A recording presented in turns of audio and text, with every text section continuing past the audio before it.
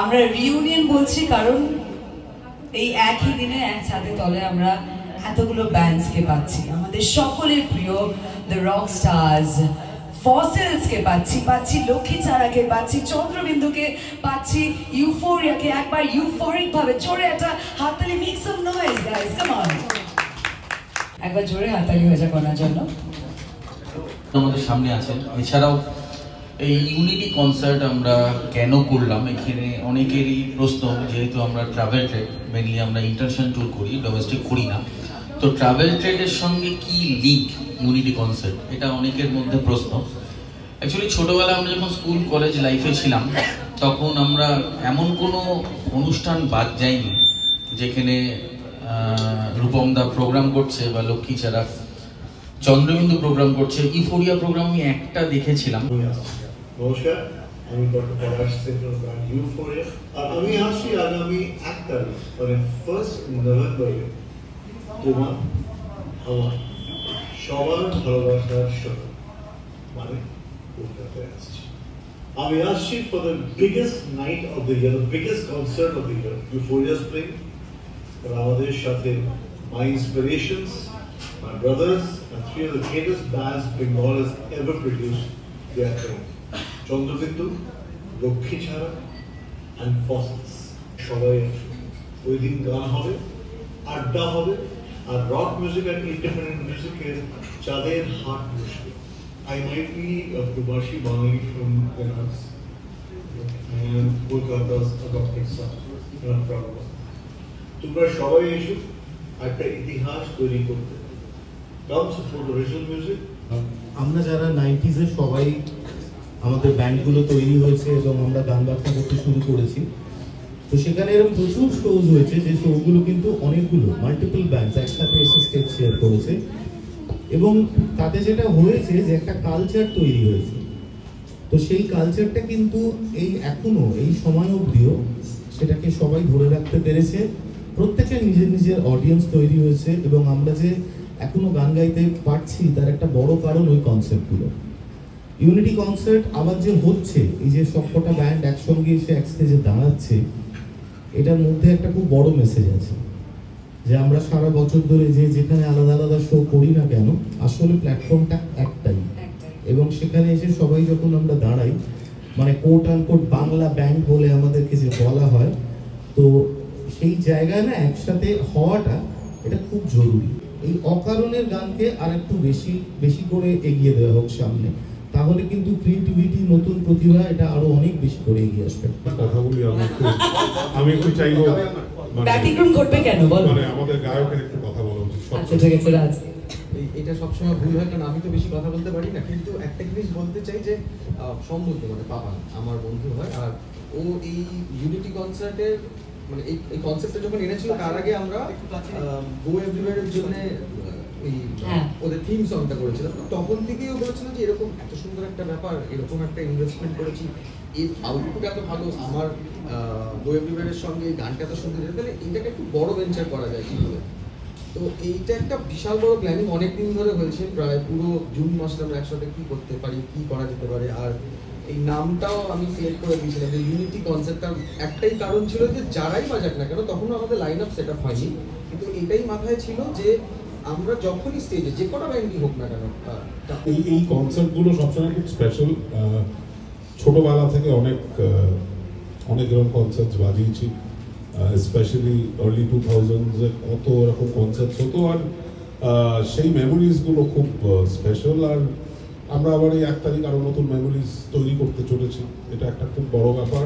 আজকের পৃথিবীর দিকে তাকান, আজকে দেশের দিকে তাকান, ইউনিটি থেকে বড় বার্তা আর কি হতে পারে, সেটা দেওয়ার যে সুযোগ পাচ্ছি আমরা সম্মানিত। Thank you so much for considering us to be one of the bands on the stage. সবাই চলে এসে ইউনিটি কনসার্টে শো দেখার জন্য, এটাই ওকে, মোস্ট হাম্বল মেম্বার্স। দারুণ একটা কনসার্ট হতে চলেছে যেখানে লক্ষ্মী ছাড়া আমরা সবাই বাজাচ্ছি একসাথে। সো ইউফোরিয়া আছেন, চন্দ্রবিন্দু আছেন, সো আপনারা সবাই আসুন। অনেকদিন পর একটা কনসার্ট, অনেক মেমোরিজ যেরকম বাবু বললো, so will play together and will have fun. what better way to usher in the winter season Yes. than a show in the open air. So really looking forward to seeing everyone over there.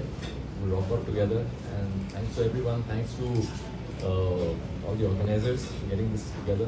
Thank you.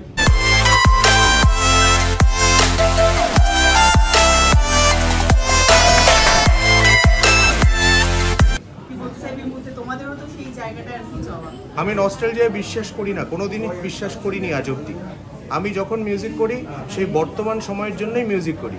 আমি চাই আজকের audience আজকের প্রয়োজনে আমাদের কাছে আসবে, কারণ আমরা আজকের গান গাই।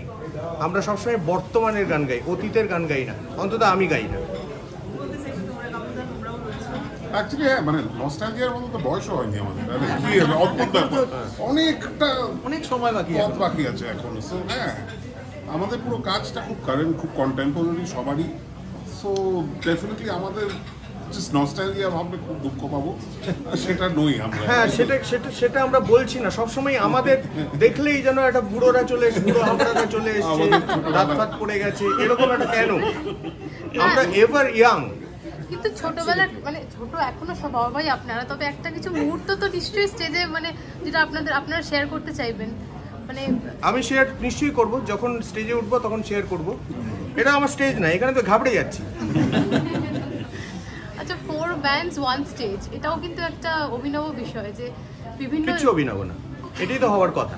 এটা উডস্টকেও এরকমই ছিল, একদম এটা কোনো অভিনব ব্যাপার না, এটাই তো হওয়ার কথা অ্যাকচুয়ালি। মানে আমাদের শহর হচ্ছে গান মেলার শহর, তারও আগে মইনের ঘোড়াগুলির শহর। এটা মইনের ঘোড়াগুলি সম্পাদিত বাংলা গান এই প্ল্যাটফর্মের শহর। এটা 95 সাল থেকে দেখে এসছি, যেখানে মনিদার নেতৃত্বে যত ইয়াং মিউজিশিয়ান তারা একত্রিত হয়েছিলেন তাদের নিজেদের গান নিয়ে। সবার গান কিন্তু মইনের ঘোড়াগুলির গান নয়, এগুলো সব কোম্পানির ভুল ভুল প্যাকেজিংয়ে সব ছাপা পড়ে গেছে। কিন্তু তা কিন্তু নয়, উদ্দেশ্য তা ছিল না, কারণ তারা যা তারা শুধু গান নয়, তারা বইও তৈরি করতেন, এবং সেই বইতে প্রত্যেকের পরিচয়, কার কোনটা গান সব লেখা থাকতো। মনিদা যেটা চাইতেন তাকে আমি রাজা বলে মনে করি আমাদের, এবং তিনি সত্যিই আমাদের রাজা। তিনি চাইতেন সমস্ত ইয়াং মিউজিশিয়ানরা একসঙ্গে আসুক, তারা নিজেদের গান গাক, এবং আমাকেও তিনি স্নেহ ভরে গাইতে বলতেন।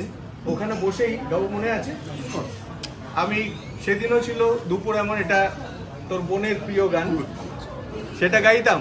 সো এই যে গান, এই যে গাইছি না, এখানে আমার তোমার এই ব্যাপারটা না, সব গানই হচ্ছে আমাদের গান। সো আমাদের গানের এই কালচারটা, এটাই সঠিক কালচার, এবং এটা একটা অভূতপূর্ব জিনিস নয়, এটাই ট্র্যাডিশন, এটা আবহমান। আচ্ছা, এই সময় দাঁড়িয়ে কিন্তু নতুন ব্যান্ড ফরমেশনে অনেকেই ভয় পায়, তো আপনাদের সময় এই যে সাহসটা কি করে আপনারা জুগিয়েছেন, এবং কি আপনাদের মান্ত্রা কি ছিল যদি জিজ্ঞাসা করি? এখন ভয় পায় কথাটা ঠিক না, অনেকেই গান করে, তারা কিন্তু জাস্ট নিজেদের প্যাশন থেকে গান করে যাচ্ছে। ব্যাপারটা হচ্ছে এখন একটু গান খুঁজে নিতে হয়। একটা পয়েন্ট অফ টাইম ছিল যে গান পৌঁছে যেত, এখন একটু গান যদি সবাই খোঁজে, দেখবে প্রচুর নতুন ব্যান্ড অনেক রকমের কাজ করছে। রূপম একসময় বছরের পর বছর বাংলা রক ম্যাগাজিন করেছে, ওর বইমেলা স্টলে প্রচুর নতুন ব্যান্ডরা এসে গান করতো। এক্স্যাক্টলি, রেডিও বাংলা রক ছিল, অনেকে কাজ করছে। কোভিডের সময় নামটা একটু দলফলগুলো ভেঙে গেল, ঠিক, এবং প্রত্যেকেই কাজে, অন্যান্য কাজে ব্যস্ত হয়ে পড়লো, কিন্তু আমরা আবার করবার আশা রাখি, এবং আমি আই এম শিওর যে আমরা সবাই একসঙ্গেই মিলে করি। হ্যাঁ, আমি তো সেটাই চাই। তুই তো করছিস, অলরেডি করছিস, কনসার্টস করছি এরকম নতুনদের নিয়ে, নতুন ব্যান্ডসদের নিয়ে, তো নতুন বাংলা গান যারা করছে, তো কাজ কিন্তু অনেক হচ্ছে, চারিদিকে হচ্ছে, আপনারা একটু খুঁজে নিন। প্রচুর ব্যান্ড যারা নিজেদের নতুন গান নিয়ে আসছে, মানে প্রচুর ভ্যারাইটি, জাস্ট খুঁজে নিতে হবে, যেটা গাবু বললো, রূপম বললো, এবং খুঁজে নিন, এবং তাদেরকেও একটু মানুষের মধ্যে ছড়িয়ে দিন, এটা খুব দরকার। এবং এটা যদি জিজ্ঞেস করা হয়, যেটা তোমরা বললে যে তোমাদের নিজেদের গান নিজেরা শোনার থেকে অন্য ব্যান্ডের গান বেশি শোনো, তো সেই দিককে কি আমরা এরকম কিছু দেখতে পারি যেটা হচ্ছে অন্য ব্যান্ডের গান অন্যরা গাইছে? না, সেটা আমাদের তো একটা মহলা পক্ষ আছে, সেখানে আমাদের কিছু ডিসিপ্লিন আছে, এবং সেখানে যে সময়টুকু আমাদের নিজেদের গান পারফেক্ট করবার জন্য দিতে হয়, তাতে আর অতিরিক্ত সময় থাকে না যে আবার অন্য কারোর গান গাইবো। কিন্তু শোনার সময়টা সবসময় সবার গান শোনাটাই সেটাই সব থেকে মানে রিল্যাক্সেশন। কারণ নিজেদের গানের পেছনে এত খাটনি না, নিজেদের গান শুনে ওই পরিশ্রমের কথাই মনে পড়ে। কাজে অবসর বিনোদনের জন্য অন্যদের গান শোনাটাই জরুরি, আর পরিশ্রমের জন্য নিজেদের গান।